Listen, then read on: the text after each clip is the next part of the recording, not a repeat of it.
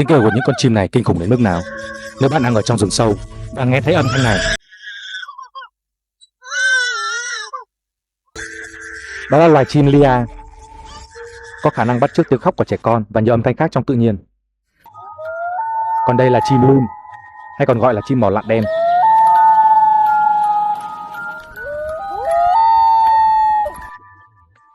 Còn đây là tiếng kêu của loài cú. Hãy tưởng tượng khi bạn nghe nó vào ban đêm nhé.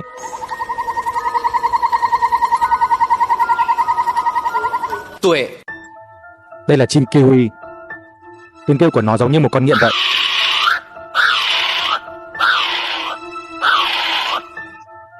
Và cuối cùng là bìm bịp.